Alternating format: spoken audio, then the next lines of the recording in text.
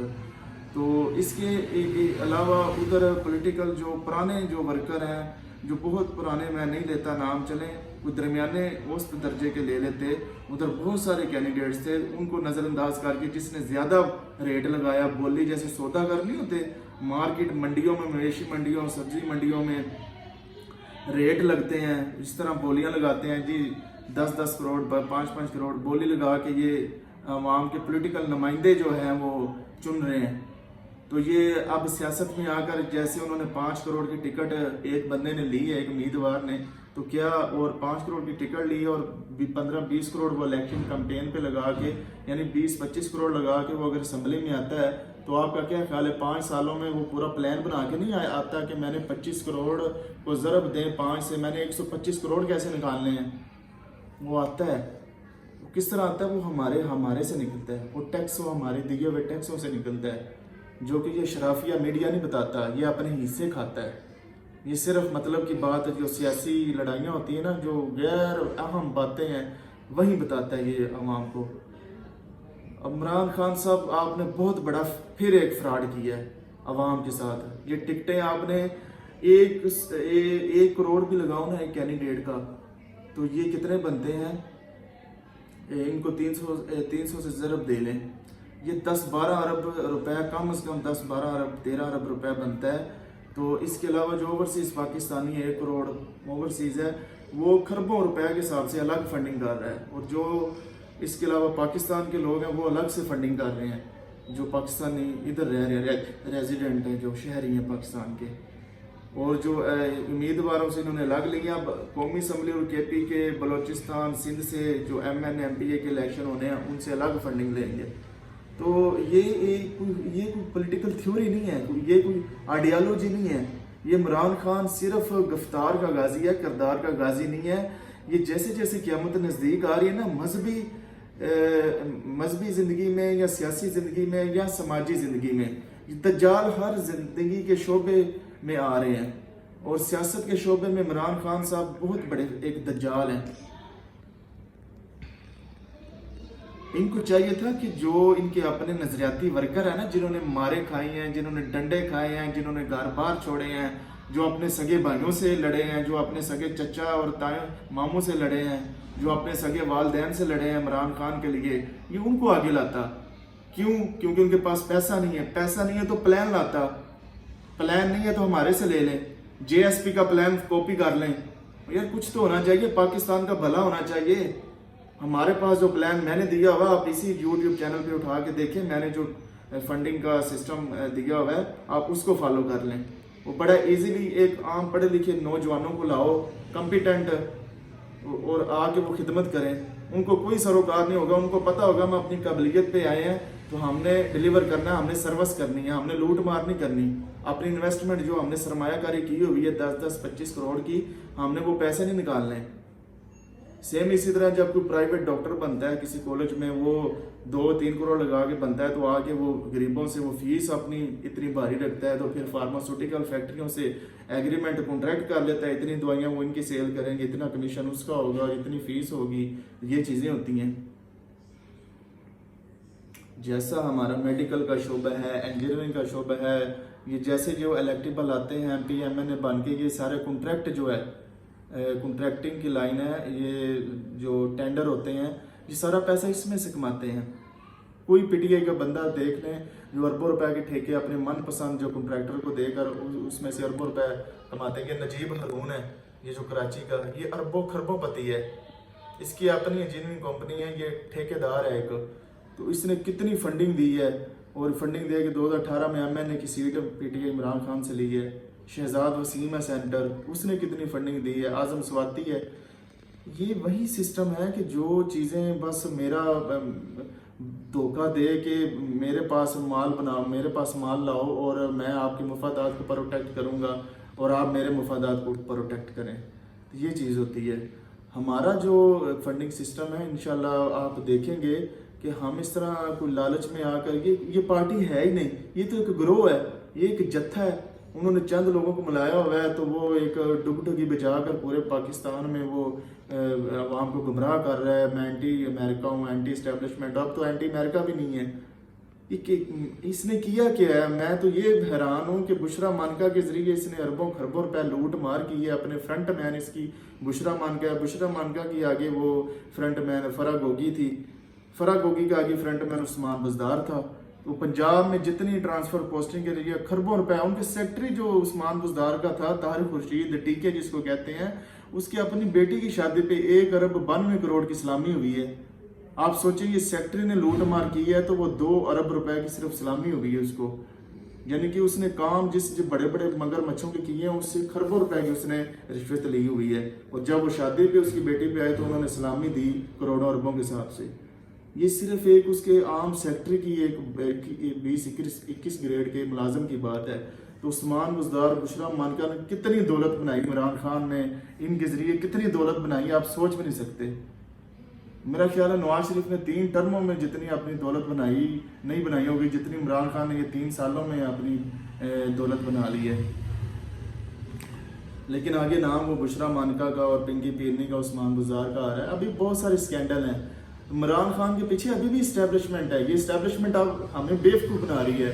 اگر اسٹیبلشمنٹ پیچھے نہ ہوتی تو عمران خان صاحب نے جو اربوں خربوں پہ لوٹے ہیں نا، وہ عوام کے سامنے آ جاتے تھے.